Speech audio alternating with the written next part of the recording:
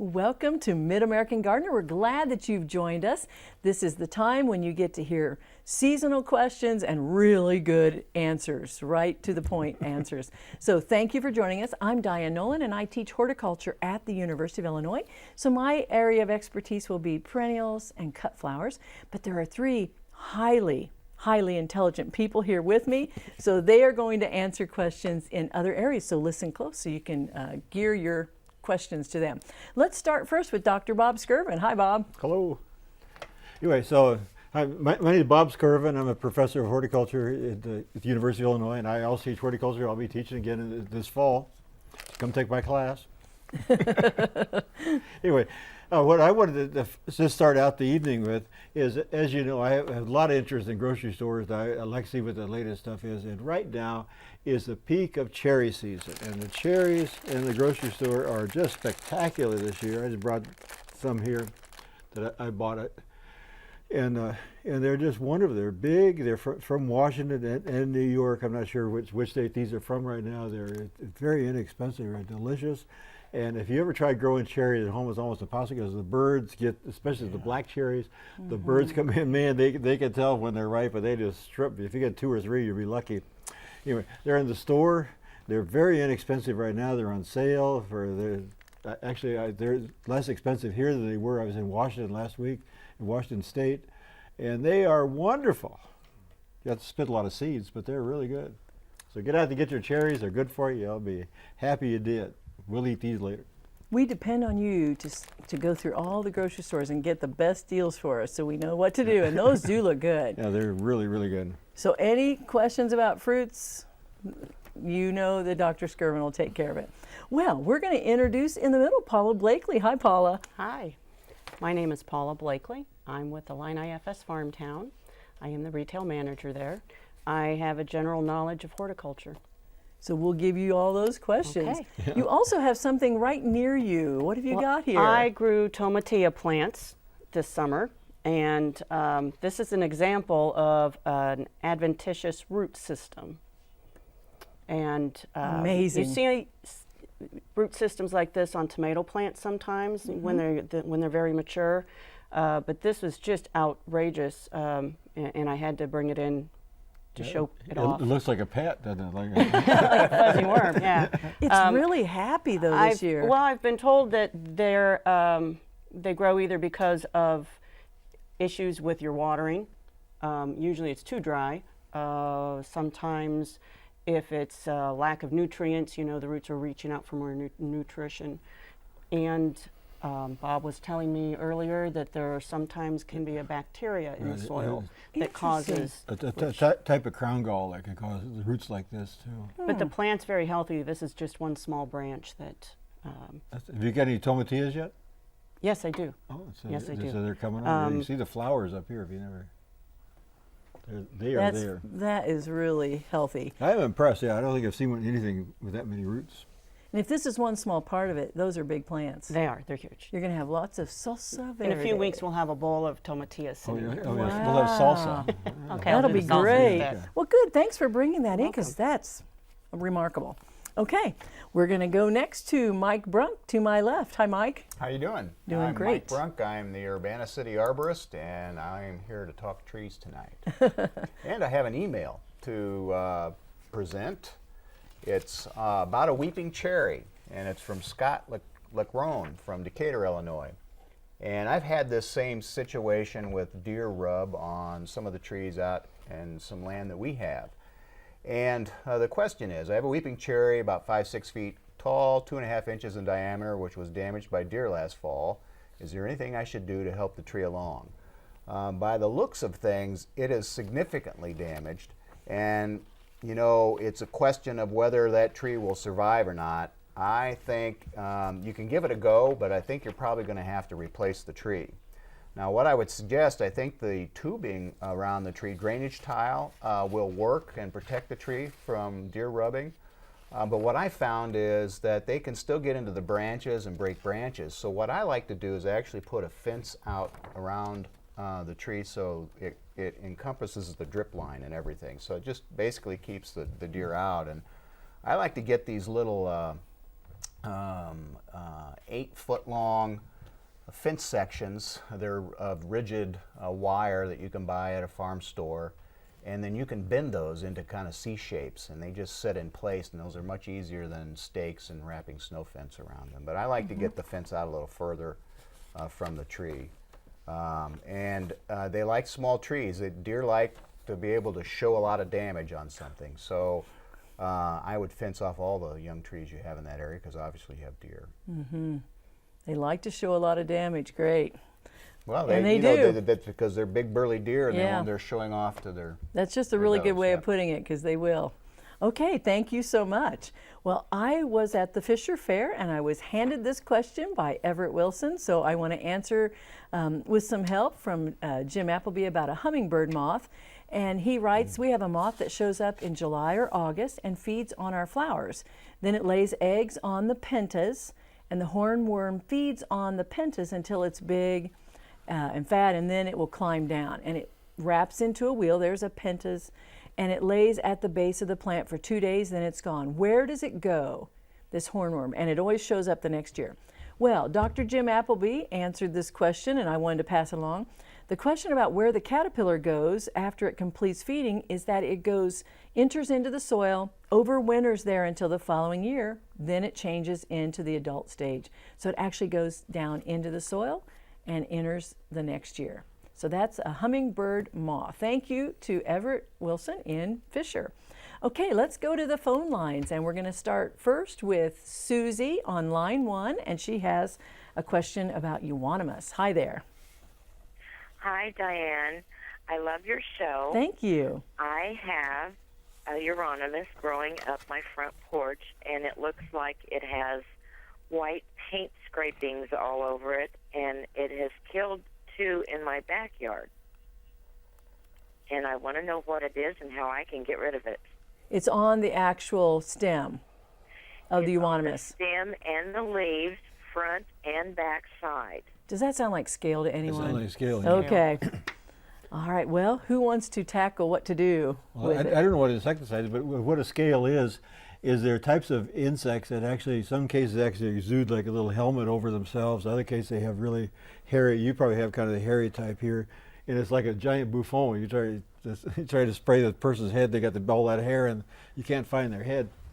And so they're protected under that. In order to kill them, you have to use some sort of something that you put on the plant that when the insect is sucking on the plant, it takes in the poison. So Yeah, Systemic you know, of some sort. a systemic would work. I know that if you use a dormant spray in early spring, Okay. that would work. And then there are other sprays you can try to use when they're moving, when they're actually moving. And you can probably look at the labels too. Check the labels to find the correct timing, because different scales move and germ or grow at different times. I wonder if you But- should cut back some of it too. You know, most experience I've had, once you start getting scale on euonymus, it's almost better off getting rid of it. And if you've already lost a couple of plants, you're going to have problems. And if it's underneath and on top, you're going to be spraying consistently. Almost better off trying to take it all the way down, as you were saying, move rejuvenative it, cut, spray it. Get it off site. Yeah, you know, and there's so many nice bag things you it. can put in besides euonymus. Not a euonymus lover, I guess. Yeah. But there's a lot of things you can use. So I think it's going to be a problem if you don't get some of that off of there. Cut the So plant out. cut the plant out. I think that might almost be a unanimous decision. And burn, don't yeah, compost and it. right. Yes. Take it long. Don't just lay it there Yeah. because the insects are still alive. They'll just move. Yes. So be careful with that. Okay, thank you for your question. Now we're going to go next to a question about squash, and it's on line 2 with Sandra. Hi, Sandra. Hello. What's your question? Well, we planted zucchini squash and the little yellow summer squash, and we had beautiful luck with it. It came up and it was just absolutely gorgeous vines.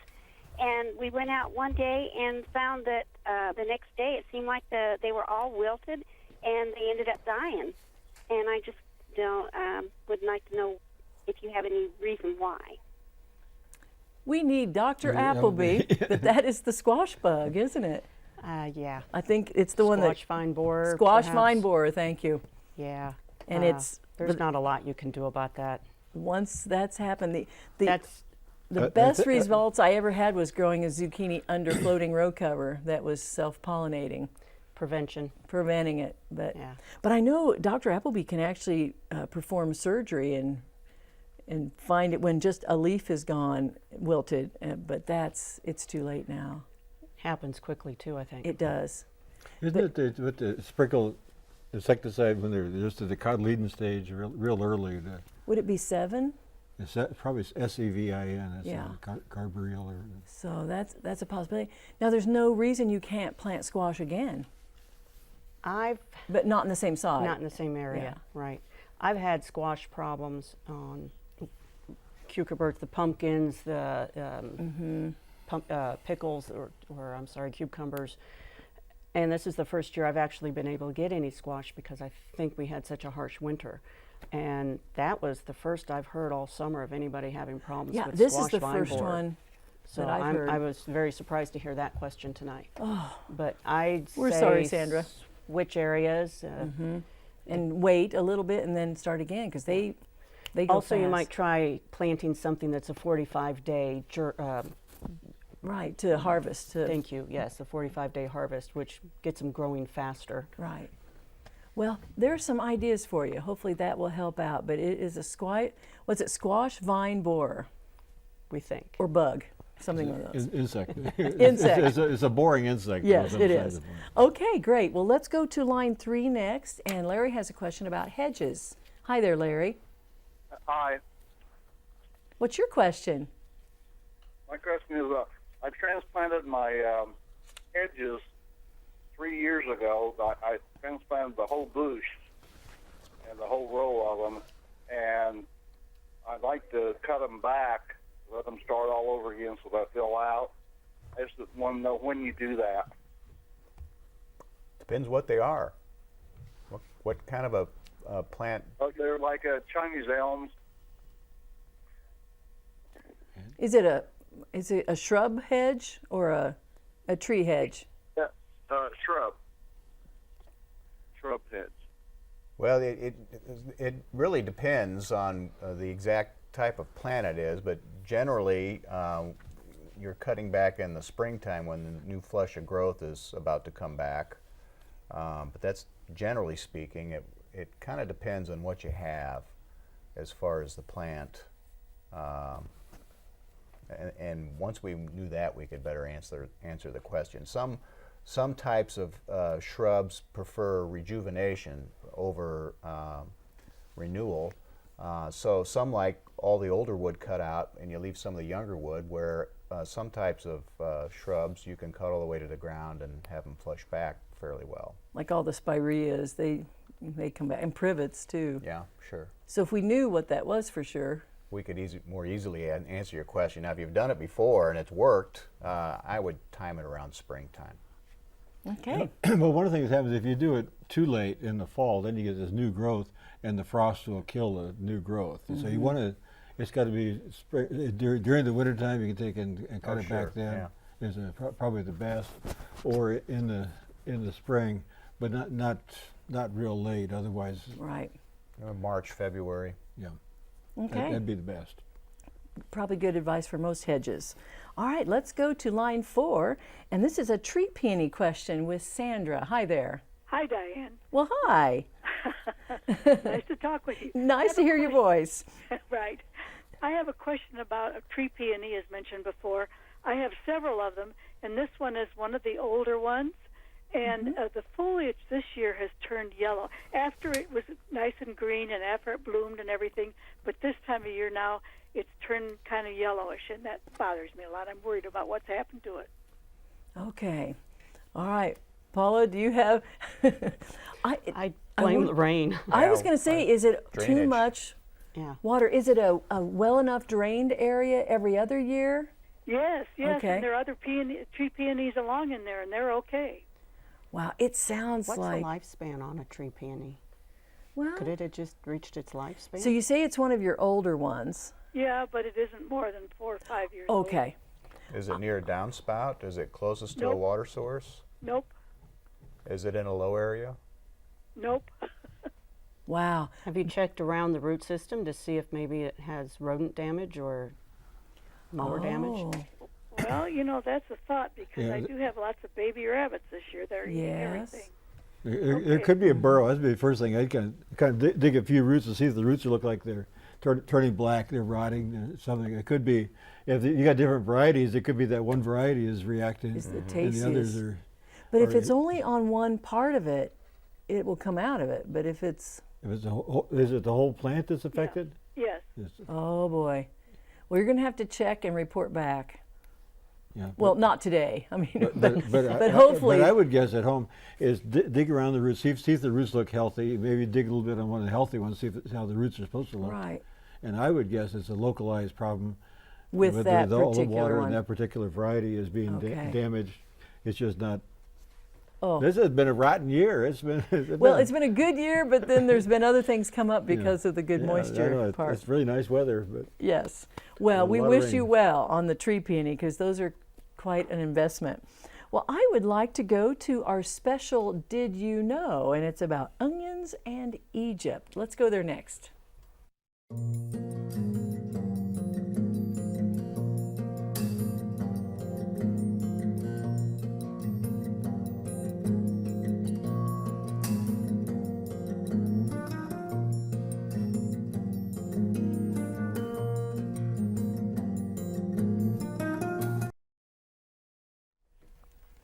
Okay, let's go back to our panel and some of the emails. So let's start with you, Bob. Okay.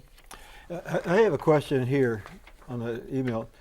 It came in. I guess there's no name here, but about strawberries. They said that their strawberries are having a problem, and that they have slugs or some slug-like things in there. And if you've seen slugs, you don't want those in your strawberries.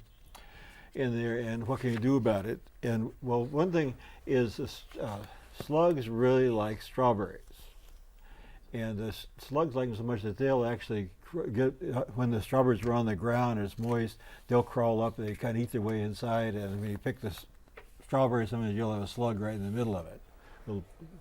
Here's a picture here. You can see the hole where they've gone inside that, and they're really can be a really serious pest. Now there are chemicals you could put on there, but a lot of people, including me, I don't really think you need to use the chemicals. You can control things, and so I put down a couple different possibilities. One thing that almost everybody that works with strawberries uses is called diatomaceous earth, and in diatomaceous earth, the diatoms, is millions of years ago, they were little microorganisms, little single-cell animals that lived in the ocean, and when they die, they have a little shell, and the shells are real beautiful. The microscope is really lovely, three-dimensional shells, and there are places, I don't know where they are, but they harvest them by tons of these shells, diatomaceous earth, and it's used for filtering like wine and filtering things in there. And you can take and buy this stuff, it's harmless, and you sprinkle it around your strawberries.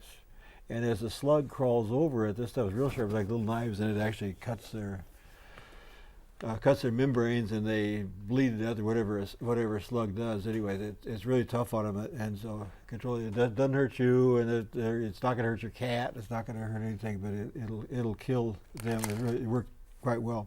Another one that my graduate students always love, I always tell my undergraduates, is beer. Slugs are highly attracted to beer. Sounds like a joke, but it's true. They're highly attracted to beer, and there are certain aldehydes, chemicals that are in the beer that are there. And so what you do, and this really works. Sounds like a joke, but it really works. Is take a little, like those little butter containers, the little things like this that have your butter in, a little, maybe an inch deep or so. And you take and bury them around your plants up to the edge, and then pour in beer. And you don't have to. You could use stale beer after a party. I always tell the frat parties, stale cans of beer all the place. Use that. That's okay. And take and pour it into these cups. And over the night, the slugs will come in. They're attracted, and they fall in there, and they drown, and they get all swollen. It's really disgusting. You'll see this swollen slug. You take them out, and the next night more will come in and drown. It's really quite satisfying to drown these slugs. So there you have it, a So, complete beer. primer on how to protect your strawberries from slugs. Thank you, Bob. More information than you wanted, I think. Okay, moving along to Paula. Hi, what's your email? I don't think mine's going to be that entertaining. That's all right. Liz asks, she would like to know the name of this perennial flower. It blooms late spring and will bloom again if deadheaded. I think what she has is a Centaurea Mountain Blue. I think it might be the Mountain Blue. It's hard to tell from the picture exactly what color the leaves are. If it is a chartreusey lime color, then it's probably the gold bullion variety. And this plant also comes in white, in a white flower. It blooms early spring, beginning of summer, full sun. It is one that's very deer resistant. Gets about 2 foot tall. Hardy little plant, I guess. It's been a good year for it too Has this it? year, because I deadheaded it and it's blooming again. and I no deer. planted it once and it didn't survive, so Oh, I'll bring you some. I'll take it. But anyway, it's doing really well because of the moisture. Oh. Mountain Blue, it's really pretty. Well, good. Thank you. I like You're when people welcome. send in ID things because then you learn and then we can share it. Yes. All right. Well, Mike, on to you. Okay, I've got an email that's about a magnolia tree from Jim and Carrie Chrishell in Effingham, Illinois. And they have this magnolia that showed some dieback last year, if I understand it. It's about 5 feet tall. They planted it about 15 years ago and it was doing great.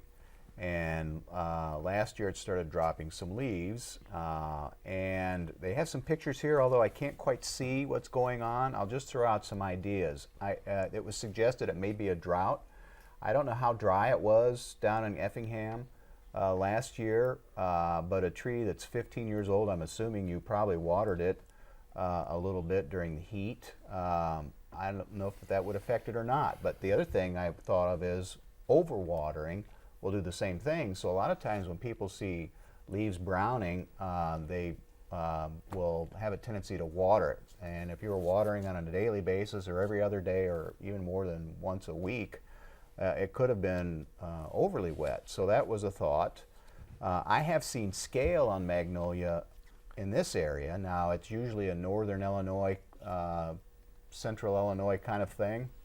It depends where your magnolia came from, and I don't know that I've heard a lot of it about magnolia scale in southern Illinois, but that's a possibility. So look at the branches very closely, and some scale can be quite hard to see, but they'd be on the branches and they'll suck the life out of the tree, and they could show this kinds of signs.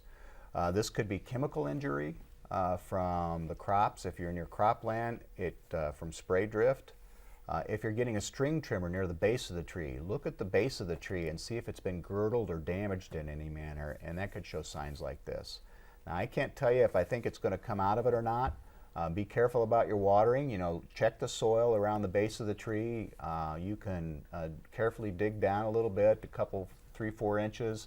Roll that soil between your finger and a thumb, and if it will roll in a ball, and you can roll a ball, it has ample moisture. If it powders on you, you probably need a little water, but don't just water it. And it all really depends on how well your soil drains, too. So we generally say watering once a week is a good thing. And I think I'd let the tree go this summer and see if it leaves out. And if it does, you might have a chance. If it doesn't, you'll probably have to start over. Okay, thank you. Well, I think we're going to take another question, and let's go to Bob on line 5, and it's about grapes. Hi there, Bob. Hi. I've got some old grapes, vines, probably 25, 30 years old, and they go up over a trellis, and I want to take it down and put it like on a fence row. When is the proper time to do that? You got just the guy to answer the Okay, well, question. in terms of grape, what you're trying to do there is what you got to remember is grapes only flower on 1-year-old wood. And so what you're going to be doing is you're really getting rid of almost all that old growth that's not going to produce any grapes.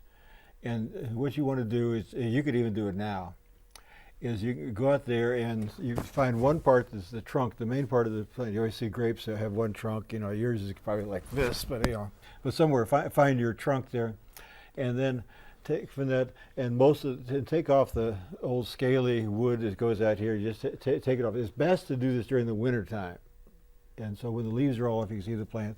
But you could do it now. But if you do it much later, you're going to get into this softwood growth. Take off this older growth here, and then when you got down to a trunk and some new growth comes, then take and prune up, then take and tie the new growth up, and that will give you grapes next year. I know. Okay. I know at the farms they do it in February or March. February is the best time to do it. But And when you- it's this old, this old, you may not get a crop this year, but you can take and start getting it trained where it'll be okay. And this is probably the time to do it right now, or else wait until wintertime. okay. Well, Bob, thank you for that. Your timing was good because we have the fruit specialist here on the show, so that works out really good. We have answered a lot of questions and it's gone really fast. I want to thank each of you for watching and each of you for being here and answering.